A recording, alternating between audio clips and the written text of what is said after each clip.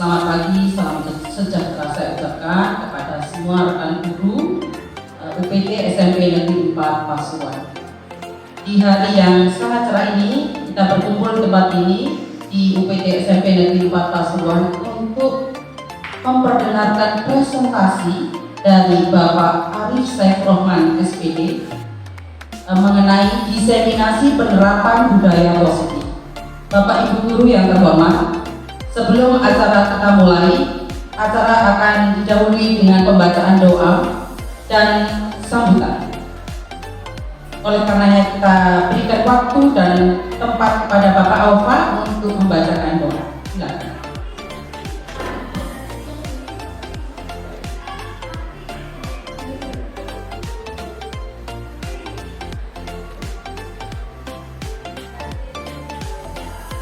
Terima kasih. Assalamualaikum warahmatullahi wabarakatuh.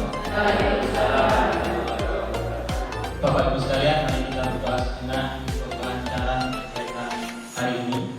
Doa saya diminta mungkin untuk yang beragama lain bisa menyesuaikan dengan agama dan kepercayaan masing-masing. Lupa ya.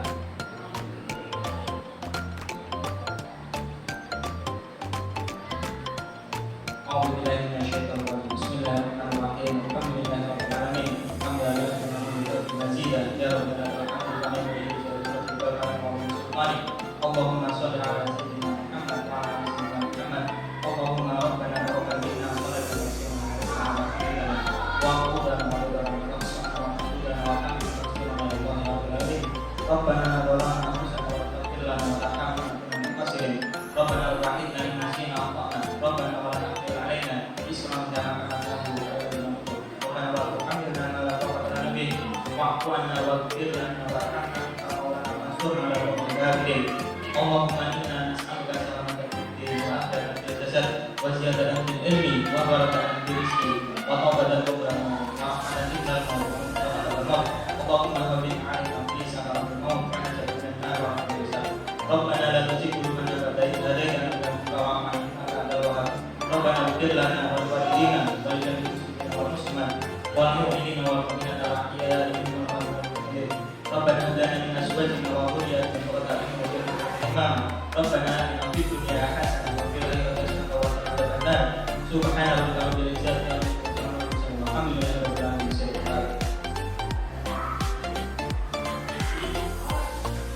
Terima kasih kepada Bapak Alfa. Bapak Ibu hadirin yang terhormat, setelah pembacaan doa kita langsung saja kepada acara selanjutnya, yaitu sambutan dari warga kesiswaan, yaitu Bapak Badrun SPD. Pada Bapak Badrun SPD, waktu dan tempat dipersilakan. Assalamualaikum warahmatullahi wabarakatuh. Bismillah, alhamdulillah, wassalatu wassalamu ala rasulillah Muhammad bin Abdillah wa ala alihi wa sahbihi wa ala alihi. Terhormat Bapak LT Kepala Sekolah SMP Pasuruan dan Bapak Ibu Guru peserta diseminasi pada saat ini, marilah kita bersama-sama memanjatkan syukur kepada Allah Subhanahu wa Ta'ala bahwa pada kesempatan ini kita masih diberi nikmat daya dan kekuatan sehingga bisa mengikuti kegiatan diseminasi penerapan budaya positif yang nanti akan disampaikan oleh Bapak Arif Saifrohman SPD. Mudah-mudahan kegiatan ini akan bermanfaat bagi kita semuanya, khususnya dan juga nanti akan bermanfaat bagi peserta didik kita. Salawat dan salam kita selalu sanjungkan pada junjungan kita Nabi Muhammad SAW. Mudah-mudahan kita akan selalu diberi syafaatnya bila yaumil qiyamah. Amin. Bapak dan Ibu yang saya hormati, pada kegiatan ini alhamdulillah dari teman kita Bapak Arif Saifrohman SPD telah mengikuti sebagai guru penggerak yang mana pada saat ini akan memberikan hasil kegiatan yang selama ini kita tempuh, yaitu dengan adanya diseminasi penerapan budaya positif. Mudah-mudahan bisa bermanfaat bagi kita semuanya, khususnya bagi tenaga pendidik dan pada tenaga pendidik dan juga peserta didik kita di SMP 4. Demikian yang saya sampaikan, mudah-mudahan acara ini bisa berjalan dengan lancar dan bermanfaat. Maka marilah kita bersama-sama membuka dengan acara ini dengan bacaan basmalah. Bismillahirrahmanirrahim. Acara bisa dimulai. Baik Bapak Ibu, siang seperti ini sebelum presentasi diberikan oleh Bapak Arif Saif Rohman, mari kita lihat dulu ya. Saya tahunya kurikulum Merdeka itu bergerak, tergerak, menggerakkan. Ada SMP Negeri 4 juga punya yel-yel. Mari kita lakukan ya, siang-siang begini supaya semangat. Biarpun siang kita punya semangat lagi ya. Sambil berdiri apa duduk? Oh duduk ya. Semangat pagi? Pagi. Ya oke. Siapkan dulu Kak. Semangat pagi. Pagi. Pagi. Yes. Luar biasa. SMP 4. Excellent. Reinforce yang paling mulia kepada Bapak Arif Saif Rohman SPD. Waktu dan tempat kami persilakan.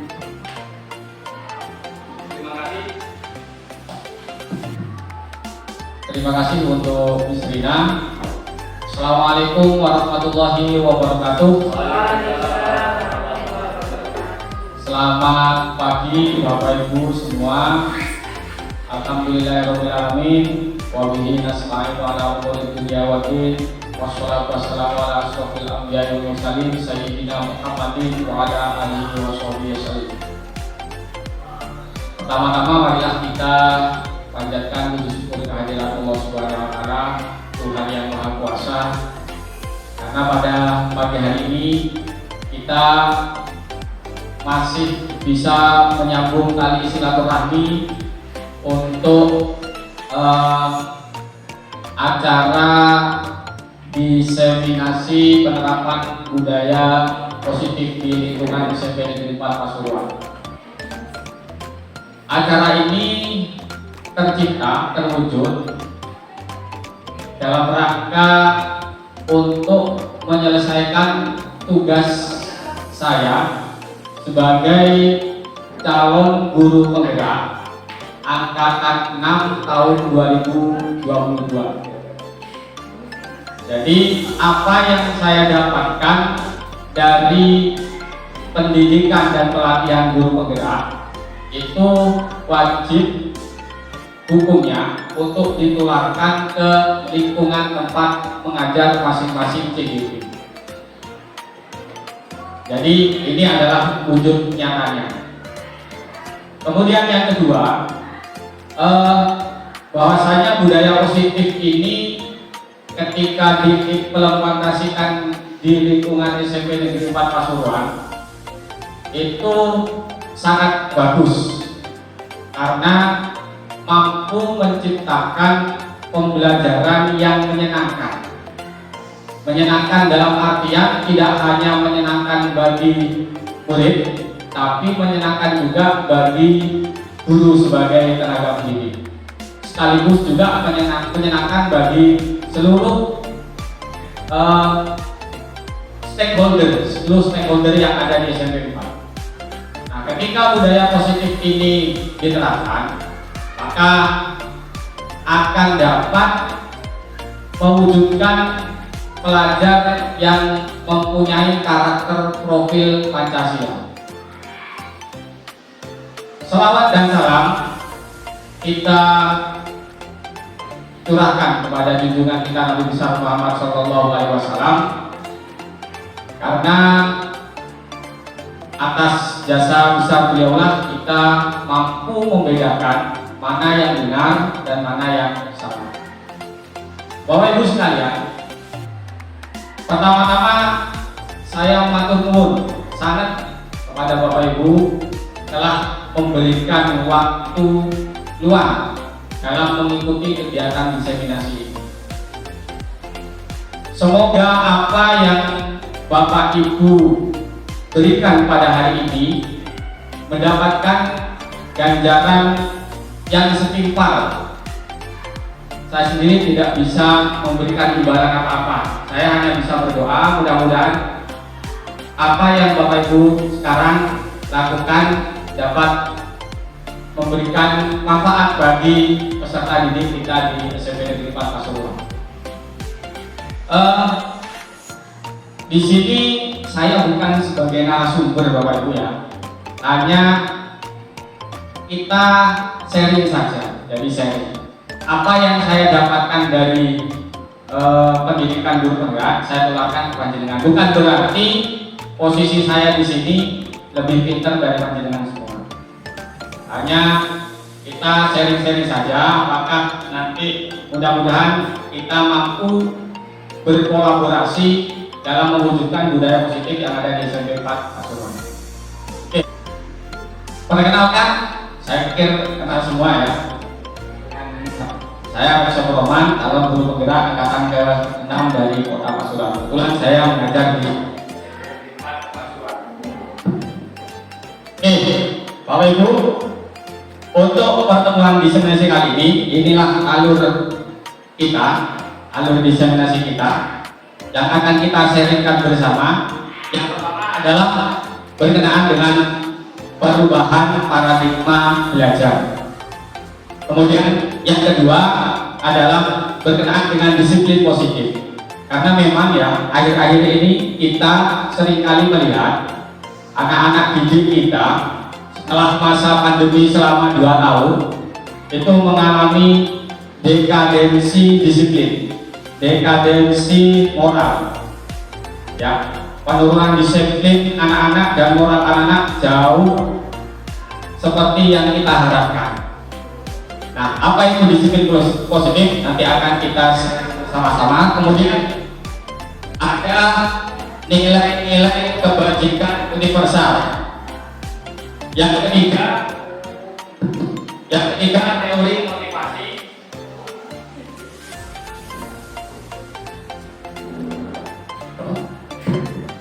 Yang ketiga teori motivasi, hukuman dan penghargaan. Jadi motivasi anak-anak dalam melakukan segala perilaku, segala sikap, segala tindakan itu apa sih penyebabnya? Nah, kita akan kupas bersama-sama. Kemudian yang keempat, alur yang keempat adalah keyakinan kelas. Kemudian alur yang kelima adalah kebutuhan dasar manusia dan dunia berkualitas. Yang terakhir adalah 5 posisi kontrol sebagai seorang guru dan penerapan segitiga restitusi. Jadi ketika saya mengikuti kegiatan ini merupakan hal yang baru bagi saya. Segitiga restitusi itu apa sih sebenarnya? Kemarin atau minggu-minggu kemarin saya sudah menerapkan segitiga restitusi ini kepada beberapa siswa dan alhamdulillah ketika penerapan segitiga restitusi ini ada perubahan. Meskipun perubahannya berlangsung secara lambat, tapi perubahannya mampu menunjukkan ke arah yang positif. Baik, Bapak Ibu sekalian, kita masuk pada materi yang pertama berkenaan dengan perubahan paradigma belajar. Oke, menurut Ki Hajar Dewantoro bahwasanya tujuan pendidikan kita itu adalah tuntunan dalam hidup. Jadi tujuan pendidikan sebenarnya menurut beliau, Bapak Pendidikan Indonesia, adalah tuntunan dalam hidup, tumbuhnya anak-anak. Apa maksudnya? Maksudnya adalah menuntut segala produk yang ada pada anak-anak agar dapat mencapai keselamatan dan kebahagiaan yang setinggi-tingginya, baik sebagai manusia maupun sebagai anggota masyarakat. Jadi menuntun Bapak Ibu, tugas kita itu sebenarnya menuntun anak-anak. Menuntut ke arah mana? Menuntut ke arah keselamatan dan kebahagiaan. Jadi anak-anak kita, anak-anak kita, murid-murid kita itu dituntut ke arah sana, ke arah keselamatan dan kebahagiaan sebagai manusia dan juga sebagai anggota masyarakat. Nah, Ki Hajar Dewantoro menganalogikan peran pendidik itu sebagai petani. Bahwasanya guru itu adalah seorang petani, murid itu adalah bibit. Jadi analoginya Ki Hajar Dewantoro seperti itu. Nah, bagaimana caranya bibit yang ditanam petani itu bisa tumbuh subur, bisa tumbuh dengan baik, bisa tumbuh dan mampu memberikan manfaat yang luar biasa, itu adalah tugas petani. Bibit sebagus apapun, kalau ditandur atau ditanam di tempat yang kurang subur, pengairannya kurang, maka bibit yang tumbuh tidak akan berkualitas. Sebaliknya, bibit-bibit yang sudah tersedia itu kita tanam di tempat atau di lahan yang bagus, mendapatkan penyinaran matahari yang cukup, pengairan yang cukup, kemudian tanahnya gembur, memiliki kandungan unsur hara yang bagus, maka hasil yang akan tercipta, hasil yang akan tumbuh itu pada akan menghasilkan tanaman yang berkualitas. Ini yang disampaikan oleh Ki Hajar Dewantoro. Nah, pembelajaran dengan paradigma baru tersebutnya adalah pembelajaran dengan paradigma baru dirancang berdasarkan prinsip yang terdiferensiasi sehingga setiap siswa belajar sesuai dengan kebutuhan dari tahap perkembangannya untuk mewujudkan profil pelajar Pancasila. Kita ketahui bersama bahwasanya dalam profil Pancasila itu ada 6 dimensi. Dimensi beriman bertakwa serta berakhlak mulia, kemudian dimensi berkebinekaan global, bergotong royong, kreatif, bernalar kritis, dan mandiri. Ini paradigma pembelajaran yang baru, Bapak Ibu. Kemudian lanjut ke materi yang kedua, berkenaan dengan disiplin positif dan nilai kebajikan universal. Nah, kelihatan Bapak Ibu? Tidak kelihatan ya? Nah, ini ada beberapa ilustrasi dalam pembelajaran. Saya sendiri tidak kelihatan. Yang pertama adalah ilustrasi guru dalam mengontrol murid. Pada dasarnya kita tidak dapat memaksa murid untuk berbuat sesuatu jikalau murid tersebut memilih untuk tidak melakukannya. Walaupun tampaknya guru sedang mengontrol perilaku murid, hal demikian karena murid sedang mengizinkan dirinya dikontrol. Jadi ketika panjenengan semua itu menyuruh untuk melakukan perbuatan yang sampean kehendaki, itu sebenarnya murid itu tidak mampu untuk memilih atau tidak mampu untuk menolak. Dia akan menuruti apa yang panjenengan suruh. Kemudian yang kedua, ilusi bahwa semua penguatan positif, efektif, dan bermanfaat. Ini maksudnya adalah ketika murid melakukan sebuah perbuatan, panjenengan memberikan penghargaan, kata-kata yang positif, itu sebenarnya belum bermanfaat, karena motivasi mereka akan terbentuk pada apa yang sampean puji, apa yang sampean beri penghargaan. Jadi ini ilustrasi dalam kegiatan pembelajaran kita sehari-hari. Nah, apa sih sebenarnya yang dimaksud dengan disiplin itu? Barangkali Bapak Ibu Bisa sharing pengertian disiplin itu apa sih sebenarnya?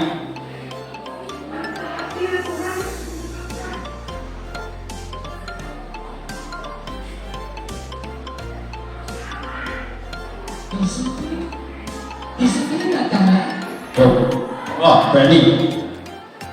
disiplin adalah mentaati semua aturan atau ketentuan yang sudah ditetapkan oleh suatu lembaga tertentu. Terima kasih. Yang lain Bapak Ibu. Monggo, yang lain. Apa sih sebenarnya makna disiplin itu menurut pemahaman kita sehari-hari? Bukan imam kok.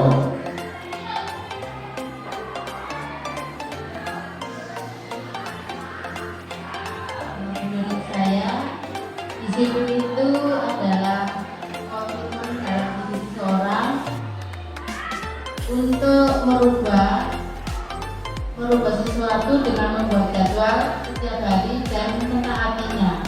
Menurut saya seperti itu. Terima kasih, bagus, luar biasa. Yang lain, barangkali apa sih makna disiplin? Di sini ada guru BK sudah tadi sudah memberikan makna disiplin. Biasanya berkaitan dengan kedisiplinan. Mari kita bahas.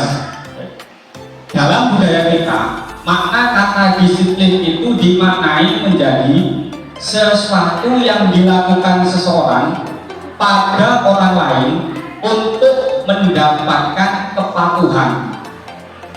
Jadi intinya makna disiplin yang kita pahami. Kita cenderung menghubungkan kata disiplin dengan ketidaknyamanan.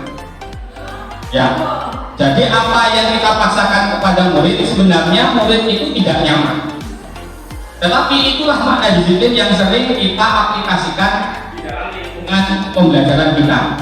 Nah, sebagai pendidik, tujuan kita adalah menciptakan anak-anak yang memiliki disiplin diri sehingga mereka bisa berperilaku dengan mengacu pada nilai-nilai kebajikan universal dan memiliki motivasi intrinsik, bukan ekstrinsik.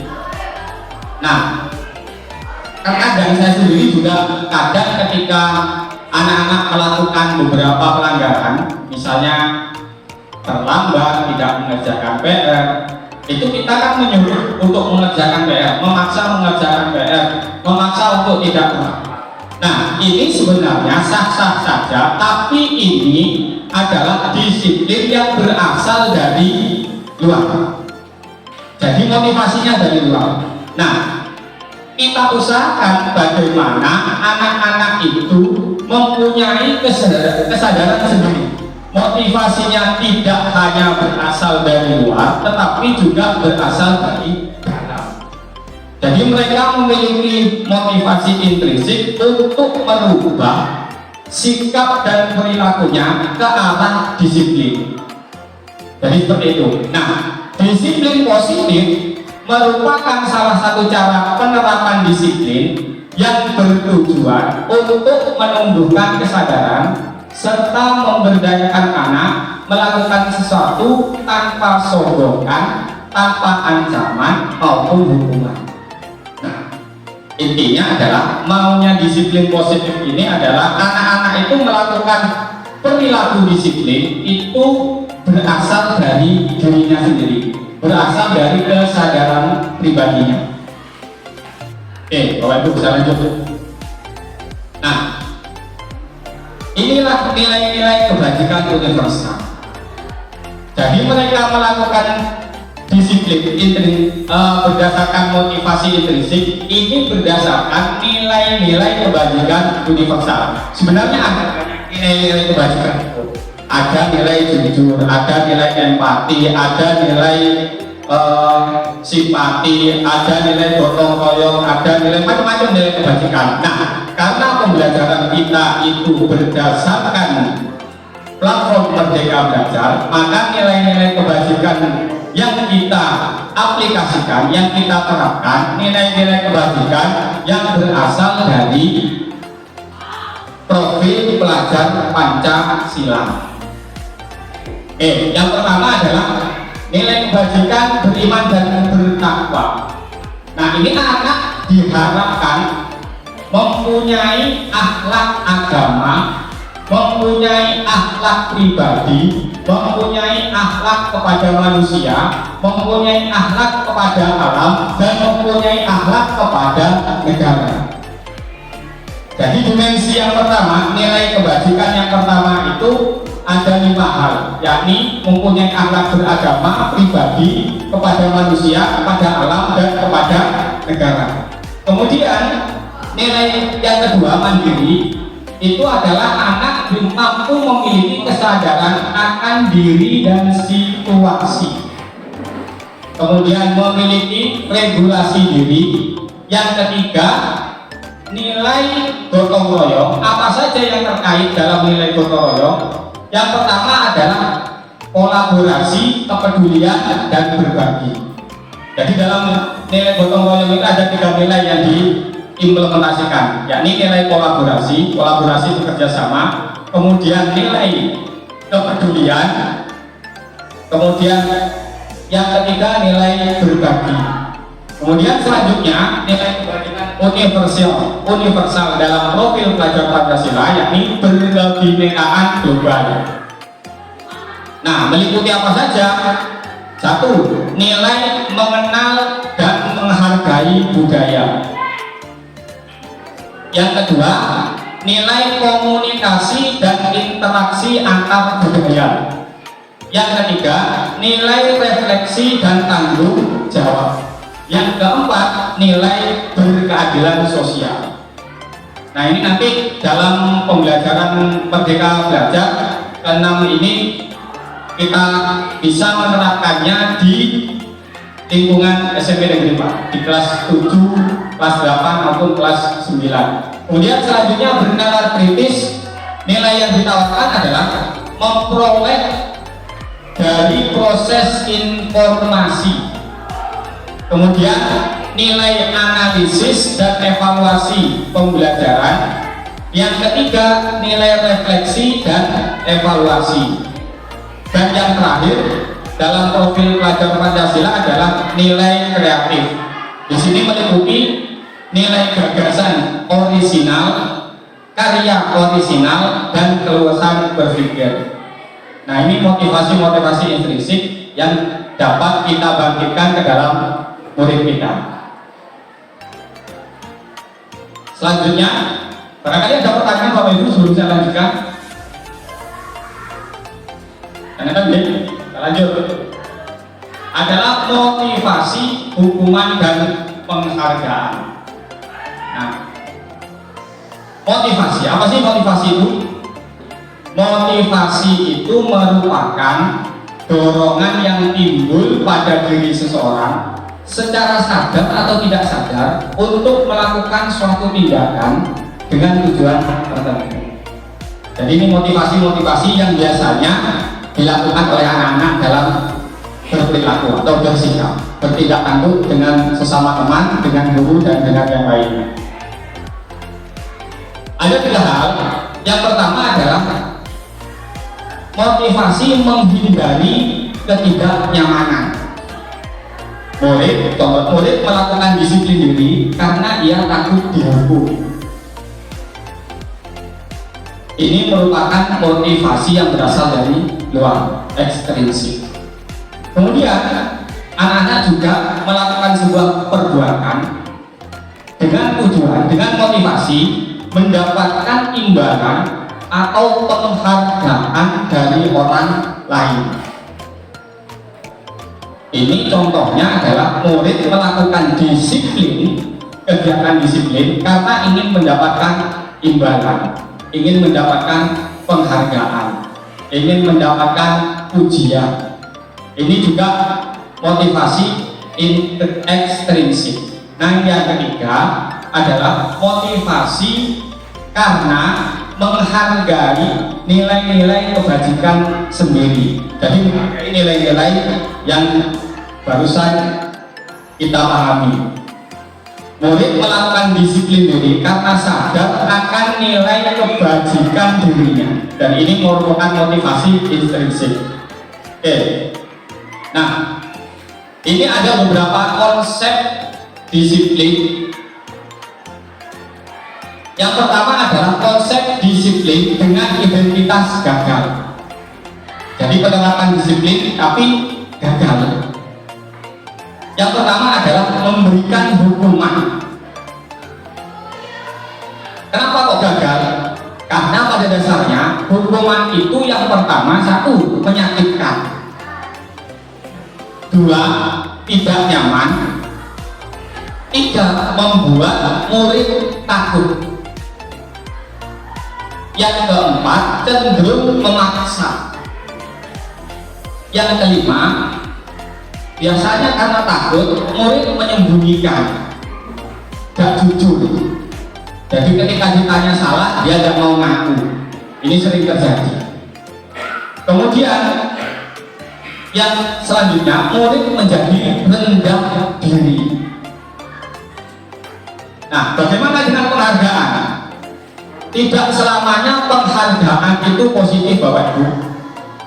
Jadi memberikan penghargaan itu juga terkadang membuat siswa atau murid kita itu juga gagal. Kenapa? Yang pertama, penghargaan itu tidak efektif. Kemudian yang kedua, penghargaan itu bisa menimbulkan rasa iri bagi temannya. Oh, si April dikai hadiah tok, yang lain iri. Oh, si Ervan disuruh tampil di depan kelas karena selalu berani. Misalnya seperti, oh si Budi dikasih bingkisan karena dia pinter. Nah, ini bisa menimbulkan rasa iri bagi teman-teman di sekitarnya. Kemudian yang ketiga, mematikan kreativitas, karena pikirannya selalu ingin mendapatkan penghargaan. Dia tidak kreatif, mendapatkan penghargaan, pokoknya dipuji seneng, diberi penghargaan seneng. Yang keempat, menghukum dengan sistem ranking. Ranking itu sebenarnya makanya ranking sekarang dihapus karena itu sifatnya penghargaan. Ini juga membuat murid juga bisa disiplinnya mengalami kegagalan. Dan yang kelima, merampas hak menghargai dirinya. Nah, ini konsep disiplin yang sering kita terapkan, baik itu kita memberikan hukuman maupun kita memberikan penghargaan. Nah, bagaimana? Apa yang sukses kalau disiplin yang sukses? Nah, ini kita memberikan konsekuensi dan restitusi. Apa itu konsekuensi? Konsekuensi itu adalah memberikan penguatan jangka pendek. Kemudian perlu monitoring berkelanjutan. Kemudian stimulus dan respon. Murid menghormati peraturan, kehilangan waktu untuk merenungi kesalahan. Nah, ini biasanya konsekuensi. Misalnya, tidak ikut upacara. Kalau dihukum lari lapangan 10 kali lapangan basket, itu bentuk hukuman atau bentuk penghargaan atau bentuk restitusi atau bentuk konsekuensi, Bapak Ibu? Apa? Hukuman. Nah, oke, hukuman. Kalau anak tidak mengerjakan PR, kemudian jenengan kasih menulis ulang selama 3 kali PR tersebut, itu bentuk hukuman, bentuk konsekuensi atau bentuk restitusi? Mengerjakan PR, karena dia tidak mengerjakan PR, tapi jenengan kasih mengerjakan PR menyalin 3 kali PR, itu bentuk hukuman, restitusi atau konsekuensi? Hukuman atau konsekuensi? Hukuman itu adalah hal yang dilakukan anak tidak berhubungan dengan apa yang dilanggar, itu hukuman. Kalau konsekuensi, memberikan perilaku yang sesuai dengan apa yang mereka lakukan, pelanggaran yang mereka lakukan, itu konsekuensi. Jadi kalau anak tidak ikut upacara, kemudian suruh lari keliling lapangan, itu kan nggak ada kaitannya, itu bentuk hukuman. Tapi ketika nggak mengerjakan PR, disuruh mengerjakan PR lagi pada saat jam istirahat misalnya, itu bentuk salah satu bentuk konsekuensi. Nah, restitusi yang seperti apa? Restitusi adalah murid itu mampu memiliki rasa tanggung jawab. Kemudian fokus pada pemecahan masalah jangka panjang. Misalnya kalau tidak mengerjakan PR, ini apa sih yang menjadi kendala? Kemudian apa sih yang menjadi kelemahan ketika kerugian ketika tidak mengerjakan PR? Nah, ini diajak bicara anak. Masalah jangka panjang. Kemudian murid menghormati dirinya dan orang lain. Jadi ketika diberikan pendekatan restitusi, dia mampu menghargai dirinya sendiri. Oh, ternyata apa yang saya lakukan ini bisa merusak nilai-nilai kebajikan yang ada pada diri kita. Kemudian mampu memegang kontrol dirinya sendiri. Nah, yang terakhir, bersemangat memperbaiki kesalahan. Jadi ketika pendekatan restitusi ini kita terapkan, itu dapat menciptakan murid itu bersemangat memperbaiki kesalahan. Oke, jadi ini konsep disiplin dengan identitas sukses. Ada pertanyaan soal itu? Lanjut ya? Kita selesaikan dulu, nanti kalau sudah selesai masuk. Nah, ini perbedaannya. Perbedaan antara hukuman, konsekuensi, dan restitusi. Contoh, kasus siswa sering tidak mengerjakan PR. Hukuman, guru menghukum siswa hormat bendera selama 10 menit. Guru marah dan siswa menjadi takut. Apa hubungannya hormat bendera dengan mengerjakan PR? Tidak mengerjakan PR. Ini tidak ada kaitannya, sama sekali tidak ada kaitannya. Maka ini masuk dalam kategori hukuman. Kategori konsekuensi, guru memberikan konsekuensi untuk mengerjakan PR-nya saat istirahat atau dikerjakan sebanyak 3 kali lipat. Guru tegas dan siswa menghormati peraturan. Ini konsekuensi. Ada kaitan antara yang dilanggar dengan hukumannya, dengan konsekuensi yang didapatkan. Ada kaitannya. Kemudian yang masuk restitusi, ketika anak tidak mengerjakan PR, guru menanyakan keyakinan dirinya dan membantu siswa menyelesaikan masalah. Guru terbuka dan siswa menghormati dirinya sendiri dan orang lain. Diajak ngomong persuasif, diajak ngomong personal. Jadi disendirikan. Dari 32 siswa, dari 30 siswa, tidak semua anak yang melakukan pelanggaran, tidak semua anak yang melakukan pelanggaran disiplin. Jadi ketika ada melakukan pelanggaran disiplin, jenengan panggil, kemudian bicara secara personal di lain waktu, bukan pada saat jam belajar, di lain waktu pada di luar jam pelajaran, entah itu jam istirahat atau jam kosong bagi jenengan semua. Nah, nanti diajak bicara. Kenapa sering tidur, kenapa sering mondar-mandir? Ini pernah saya terapkan kepada anak saya di kelas 9. Ya, Bapak Ibu sudah tahu, perubahannya memang ada, tapi kadang seminggu kemudian balik lagi. Jadi seperti itu. Tapi minimal dia ada perubahan, minimal dia menyadari kesalahannya, minimal dia mengakui kesalahannya.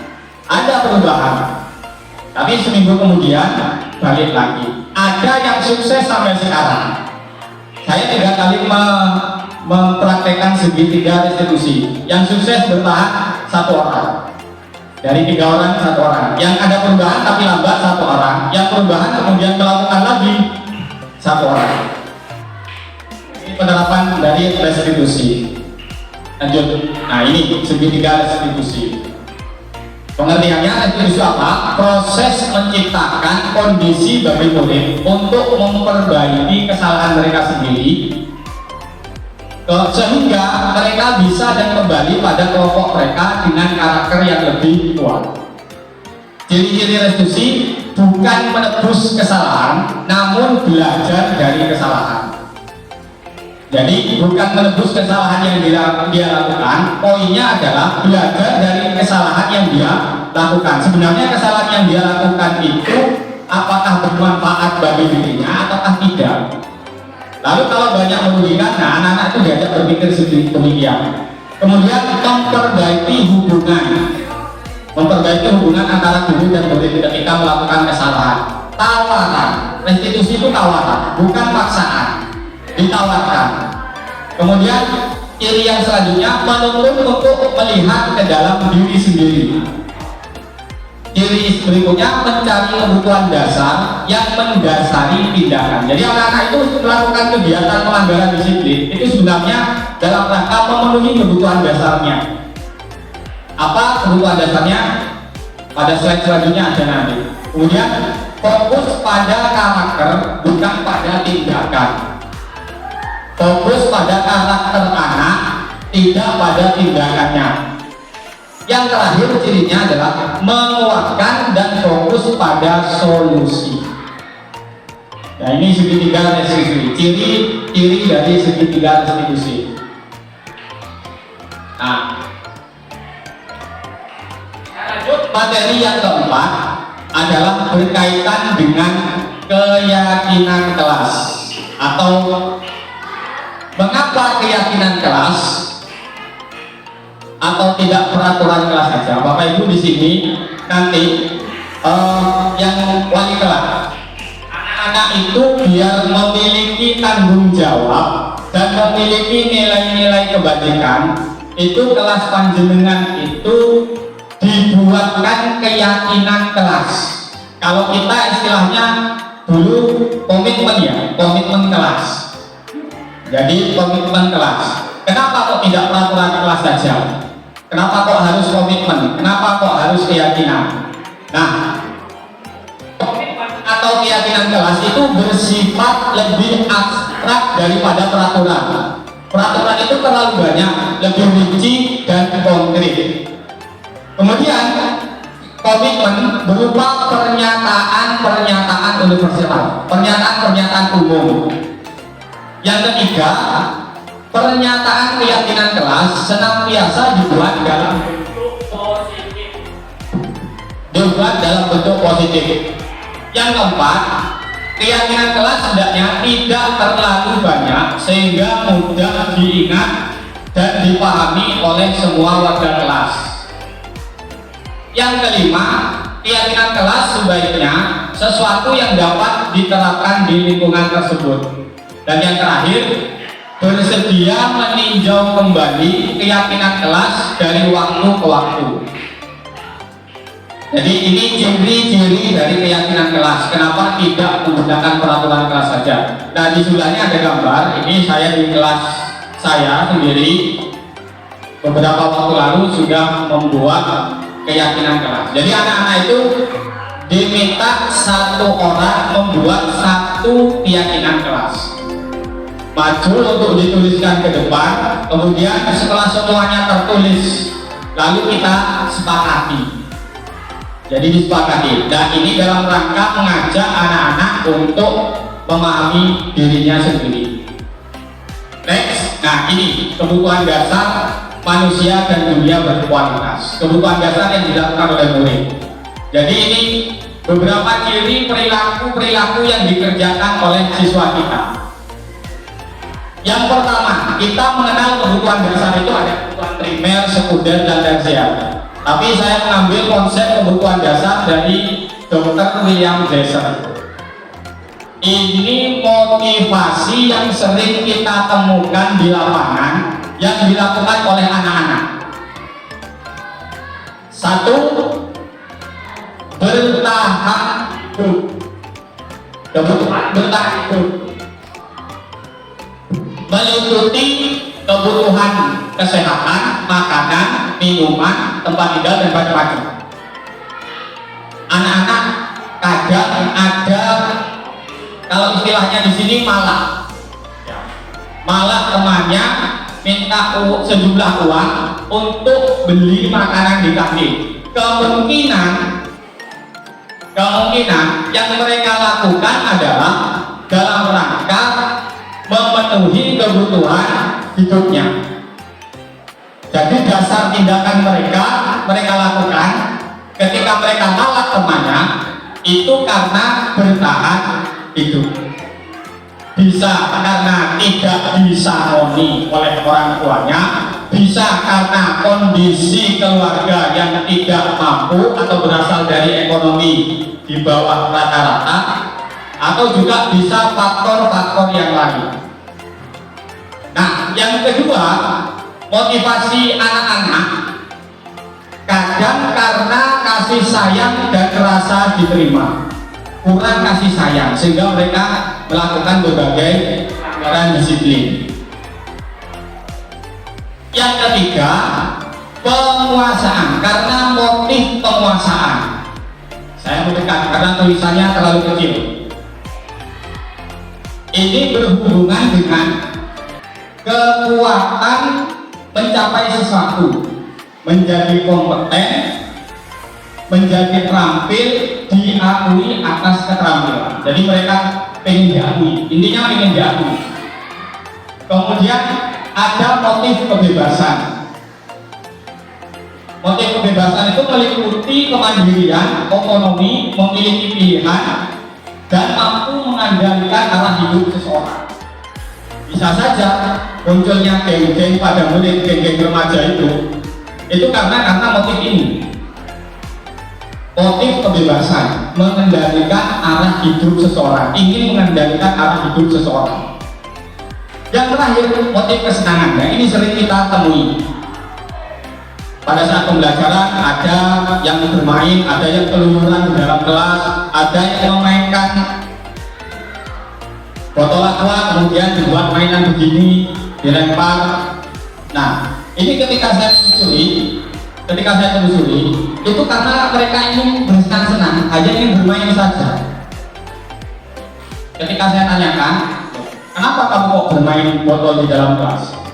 Ya pengen bersenang-senang saja ketika saya telusuri. Nah, ini beberapa motif-motif perilaku anak-anak yang ada di lingkungan belajar kita. Oke.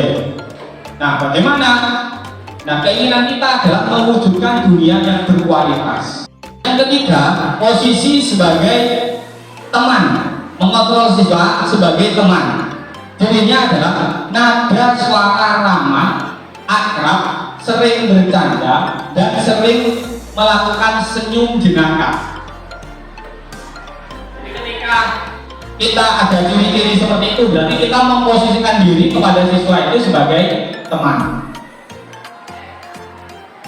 Yang keempat, sebagai pemantau. Cirinya adalah nada suara datar dan bahasa cenderung formal. Sebagai pemantau. Dan yang kelima, sebagai manajer. Nada suara tulus, bahasa tubuh tidak kaku dan mendekat kepada murid. Dan ciri yang kelima inilah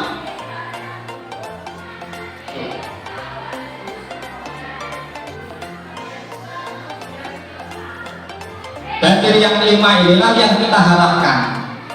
Yang diharapkan peran kita mengontrol siswa itu tidak sebagai penghukum, tidak sebagai pembuat rasa bersalah, tetapi menjadi manajer bagi murid kita. Kita memberikan masukan secara tulus kepada siswa kita yang bermasalah maupun yang berprestasi. Kemudian kita lebih dekat secara emosional kepada murid-murid kita. Oke. Nah, ini contoh penerapan posisi kontrol. Sebagai penghukum, patuhi aturan sekolah, berdiri di depan barisan. Ayo penghukum, anak bersalah patuhi, suruh berdiri di depan kelas. Pembuat rasa bersalah, salah satu contohnya misalnya, berapa kali bu guru harus memberitahu kamu, bu guru kecewa sama kamu. Nah, ini salah satu ciri dari pembuat rasa bersalah. Kalau sebagai teman, ayolah yang tertib buat bu guru bangga. Kali ini tidak apa-apa kamu salah. Ini ciri dari kita sebagai teman. Nah, ini untuk kasus siswa tidak memakai atribut lengkap saat upacara bendera. Jadi penerapannya seperti itu. Sebagai pemantau apa yang dilakukan guru? Yang dilakukan guru adalah seperti ini contohnya. Kamu sudah melanggar, apa peraturan dan konsekuensinya? Kamu tidak memakai atribut, apa konsekuensinya? Nah, kemudian contoh posisi kontrol sebagai restitusi adalah apakah kamu tahu kesalahanmu? Kira-kira bagaimana kamu akan memperbaiki kesalahan ini? Jadi ditanya dulu, digali dulu ketika dia melakukan berbagai pelanggaran. Saya pikir Bapak Ibu ini sudah melakukan yang restitusi ini.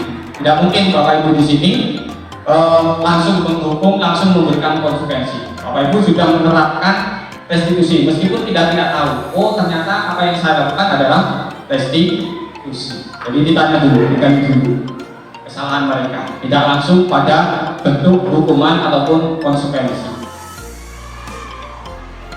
Oke. Nah, apa itu segitiga restitusi? Tadi sudah kita bahas pengertiannya.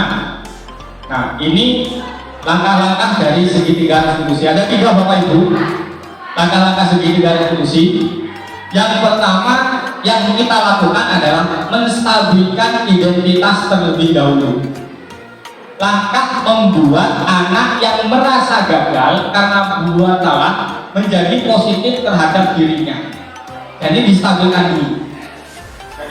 Perasaan-perasaan bersalah yang anak lakukan itu dihilangkan, diganti dengan hal-hal yang positif yang ada pada dirinya.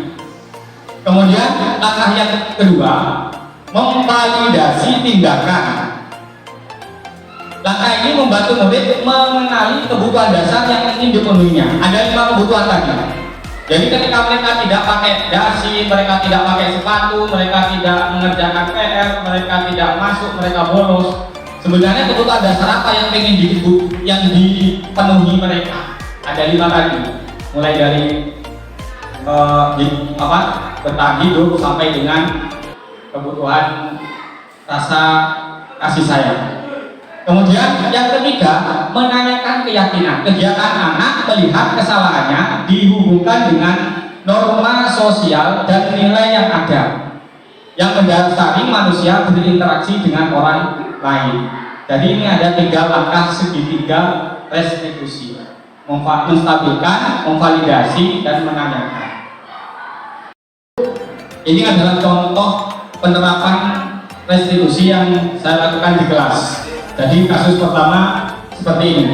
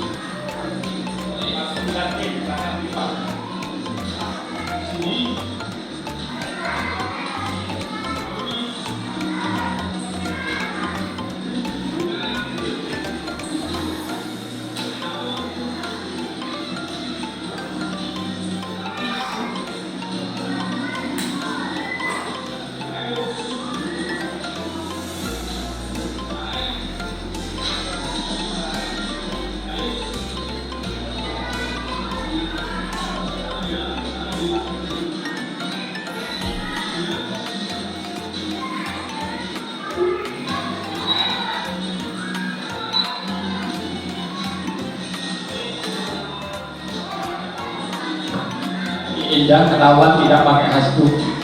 Jadi saya panggil untuk menemui saya di jam pelajaran yang kosong.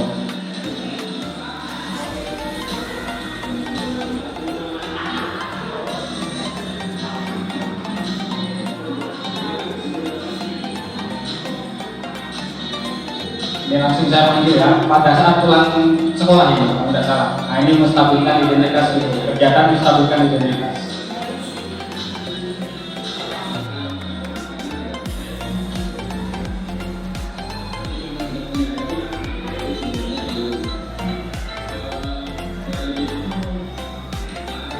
Validasi, kegiatan memvalidasi tindakan yang salah.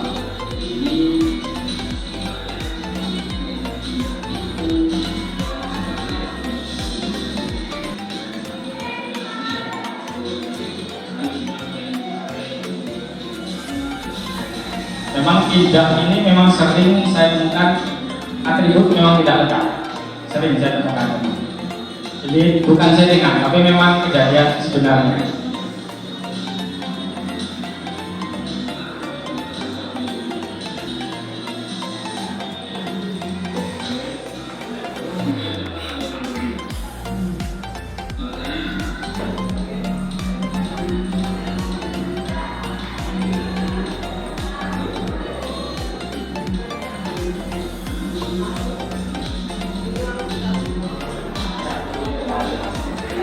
Saya pinjam mejanya Bu Heni, ruang sarpras.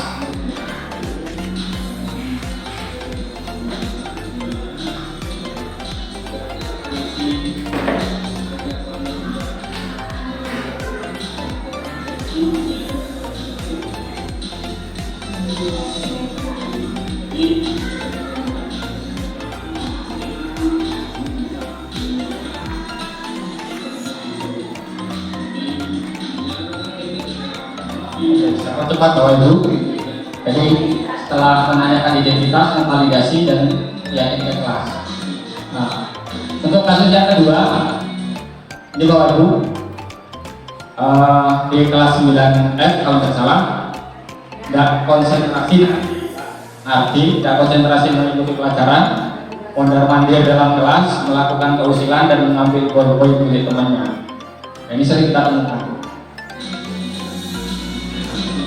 Pembelajaran tapi modal mandir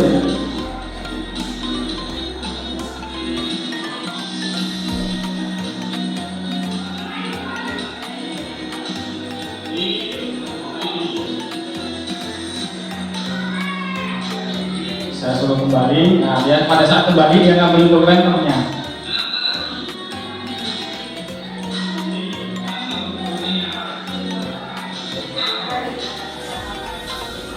Gak usil ya, pulpen temannya diambil.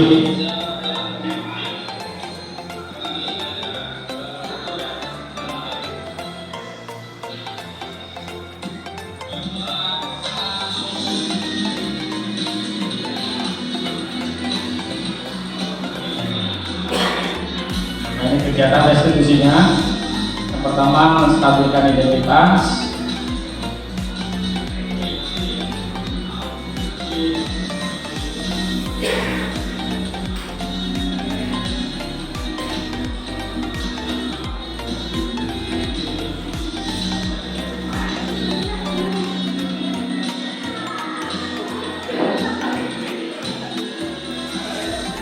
Saya coba ke abut ini Bapak Ibu bertahan 2 hari, yaitu mengulangi lagi. Saya terapkan lagi begitu seterusnya, jadi tidak bosan-bosan.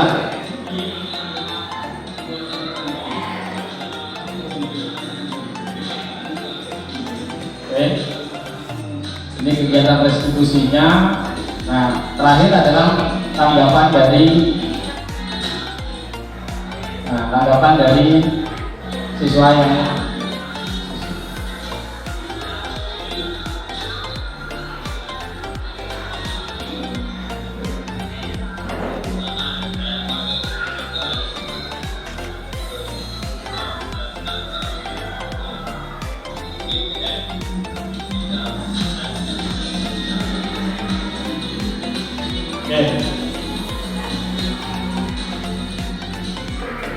Alhamdulillah Bapak Ibu, kegiatan kita terakhir ada diseminasi budaya positif. Barangkali kita untuk season selanjutnya adalah barangkali ada pertanyaan atau tanggapan dari Bapak Ibu sekalian. Oke, monggo. Oke, Bu Hendy.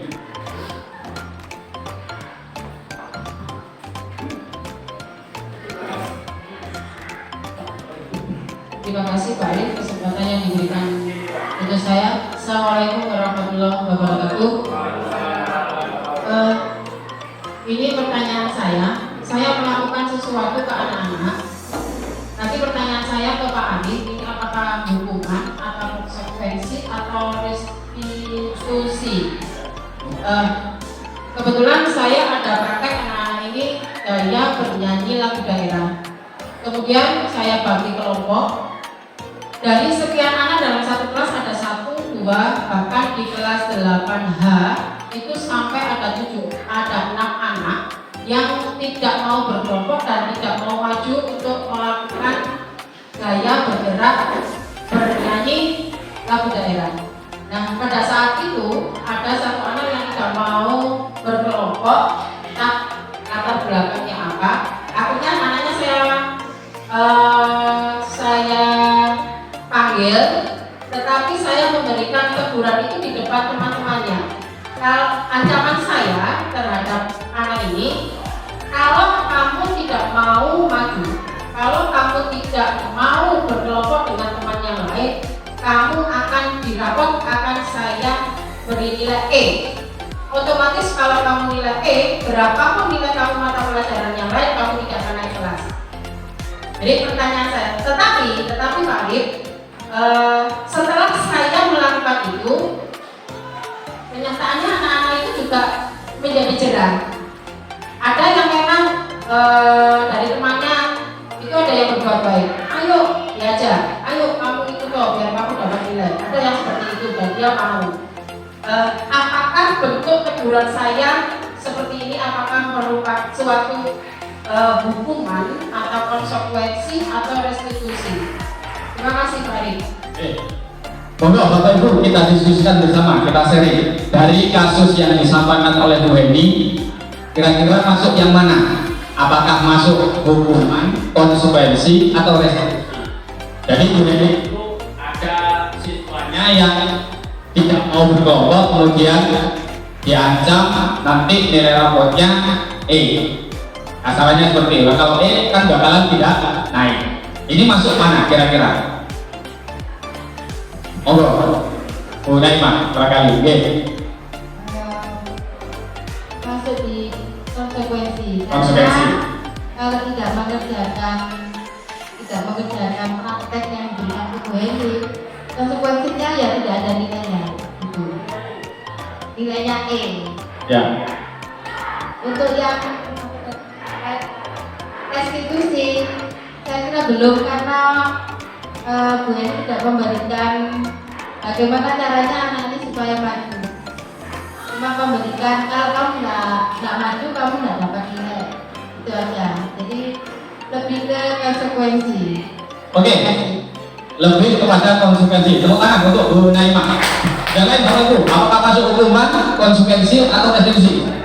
Perbedaan pendapat. Monggo Bu Yus. Kalau menurut saya yang disampaikan dari Bu Hendy tadi itu masuk pada konsekuensi. Karena kalau kita lihat anak tersebut sudah diingatkan, kemudian anak tersebut tetap tidak mau melaksanakan tugasnya atau memenuhi tugasnya, sehingga guru pengajar memberikan nilai E. Tapi kalau dilihat dari seperti itu, artinya anak ini yang ingin saya tanyakan Pak ya, apa akibatnya kalau seandainya ada anak diberikan kalimat seperti itu? Apakah anak itu nanti akan nurut atau tetap terus gitu? Menurut Bu Yus juga ranah konsekuensi. Yang lain ada masukan Bapak Ibu? Oke, monggo. Saya balik, terima kasih atas waktu yang diberikan. Assalamualaikum warahmatullahi wabarakatuh. Kalau menurut saya itu tidak masuk ke dalam konsekuensi. Ya. Karena kalau misalkan restitusi itu salah satu cirinya tadi dikatakan berasal dari kesadaran diri. Ya. Sementara tadi kan bukan dari kesadaran diri, tapi dari apa yang disampaikan oleh guru pengajar tentang apabila dia tidak mengerjakan tugas atau tidak mau maju dan sebagainya, itu ada ketentuannya. Ya. Tapi juga bukan hukuman, karena kalau hukuman kan tidak berkaitan dengan mata pelajaran. Ya. Ini masih berkaitan. Oh. Hanya saja tidak berasal dari kesadaran diri, sehingga maksudnya adalah konsekuensi. Oke, tepuk tangan untuk Pak Yanti. Jadi kalau memang lihat kalimat-kalimat yang disampaikan oleh Bu Hemi tadi cenderung mengarah kepada konsekuensi. Jadi dari ciri-ciri konsekuensi di depan, penguatan yang diberikan oleh Bu Hemi itu adalah penguatan ketika tidak melakukan apa yang disuruh oleh guru tadi akan mendapatkan nilai E. Nah, ini penguatan nilai dalam jangka pendek. Ya, masih bersifat jangka pendek. Nanti lek gak garap PR, lek gak garap gak berkelompok, lek gak nari, nilaimu elek. Nah, ini kan berupa penguatan, tapi penguatannya masih dalam jangka pendek, bukan dalam jangka panjang. Kemudian belum ciri yang kedua adalah apa yang dilakukan oleh Bu Leni tadi itu adalah agar menghormati peraturan. Jadi mulai tadi menghormati aturan yang diterapkan oleh Bu Leni. Kalau kita lihat dari ciri dari konsekuensi. Nah, berkenaan dengan pertanyaan dari Bu Yus tadi, apakah anak yang disuruh untuk melakukan suatu tindakan itu apakah diperbolehkan? Itu pertanyaannya. Ya, tetap saja Bu. Jadi Bapak Ibu sekalian di sini juga bisa sekali-kali memberikan hukuman, sekali-kali memberikan pembuat rasa bersalah, tapi dimonitori, dievaluasi apakah pemberian hukuman, pemberian rasa bersalah itu efektif atau tidak. Karena tujuan goal akhirnya adalah menciptakan disiplin positif yang ada di lingkungan sekolah kita. Nah, selama ini ketika penerapan hukuman, penerapan pembuatan rasa bersalah, ini disiplin positif yang ada di lingkungan kita masih belum tercipta.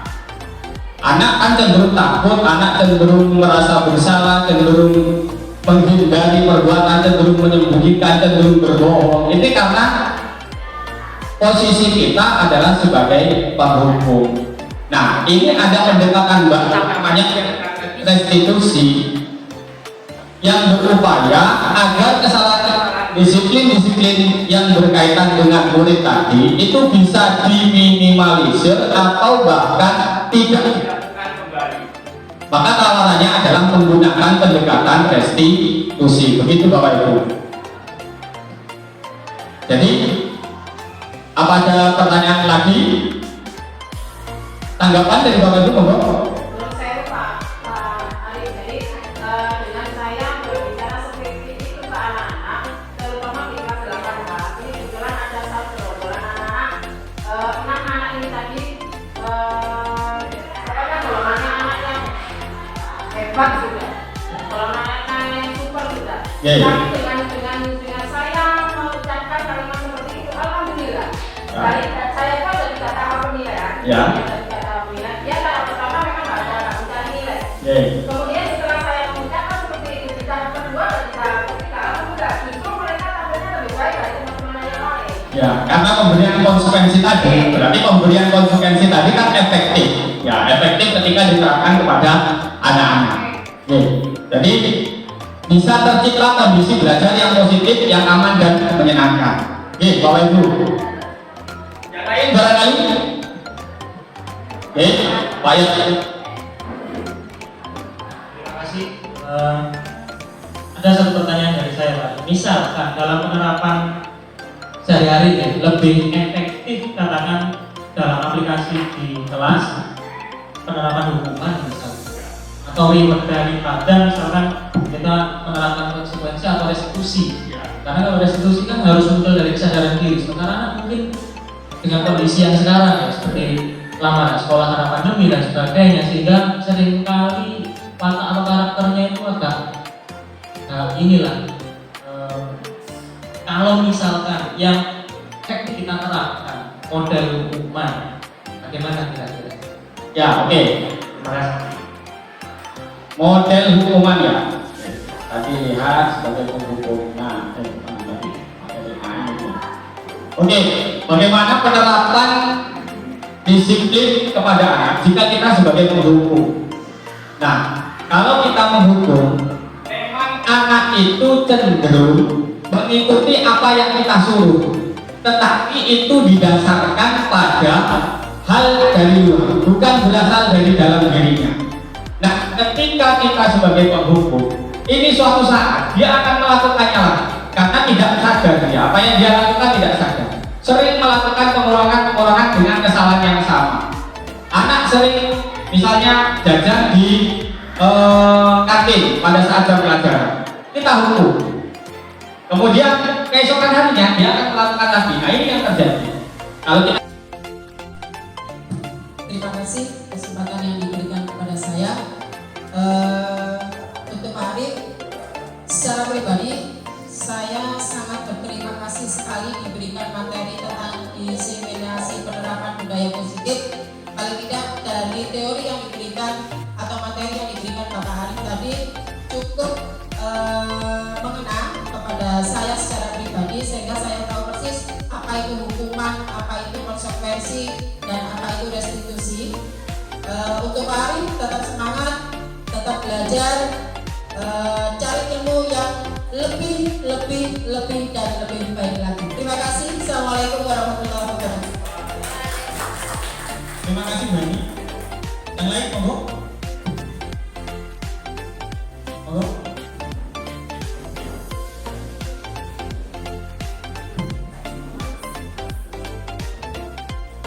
Terima kasih. Assalamualaikum warahmatullahi wabarakatuh.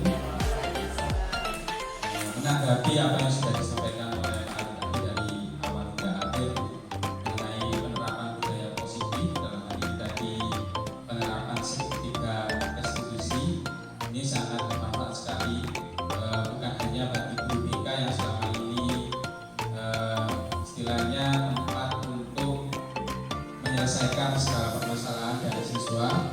Dengan apa yang disampaikan oleh Pak Arif tadi, khususnya bagi saya sendiri jadi tahu apa yang harus dilakukan jika menemui permasalahan khususnya pada murid. Bagus sekali tahapan-tahapannya.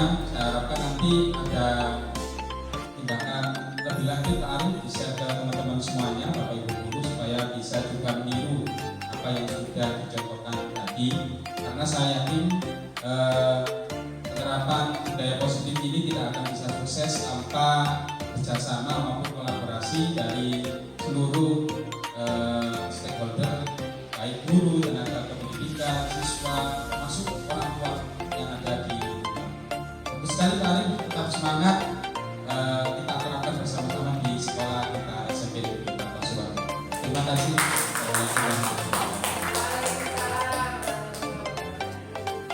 Ada lagi? Baik.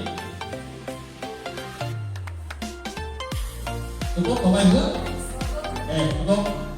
Bapak Ibu, terima kasih atas kesediaan Bapak Ibu dalam diseminasi penerapan. Ini harapannya adalah setelah kita mengetahui apa itu budaya positif, kita mampu menerapkan budaya positif lingkungan SMP Negeri 4 Kota Pasuruan. Terima kasih untuk guru-guru hebat semuanya. Dari saya akhiri. Assalamualaikum warahmatullahi wabarakatuh.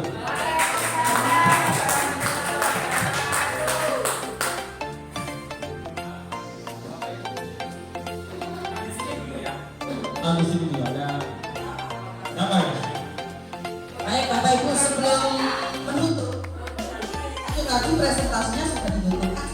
Betul. Kita nyanyikan dulu lagu Pelajar Pancasila supaya benar-benar bergerak dan menggerakkan TBM ya. TBM